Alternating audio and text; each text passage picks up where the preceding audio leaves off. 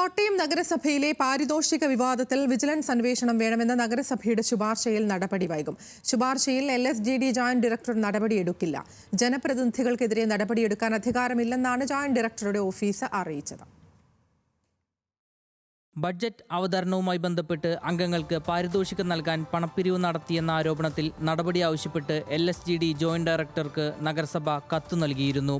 എന്നാൽ ശുപാർശയിൽ നടപടി വൈകും എന്നാണ് ജോയിന്റ് ഡയറക്ടറുടെ ഓഫീസ് അറിയിച്ചത്.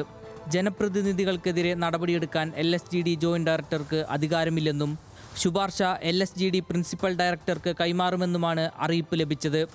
ഇതോടെയാണ് ആരോപണത്തിൽ വിജിലൻസ് അന്വേഷണം ഉൾപ്പെടെയുള്ള നടപടികൾ വൈകുമെന്ന് ഉറപ്പായത്. കഴിഞ്ഞ ദിവസം ചേർന്ന കൗൺസിൽ യോഗത്തിലാണ് പ്രതിപക്ഷ അംഗങ്ങൾ പാരിതോഷിക ആരോപണം ഉന്നയിച്ചത്. അംഗങ്ങൾക്ക് പാരിതോഷികം നൽകാൻ ഭരണസമിതി അനധികൃത പണപ്പിരിവ് നടത്തി എന്നായിരുന്നു ആരോപണം.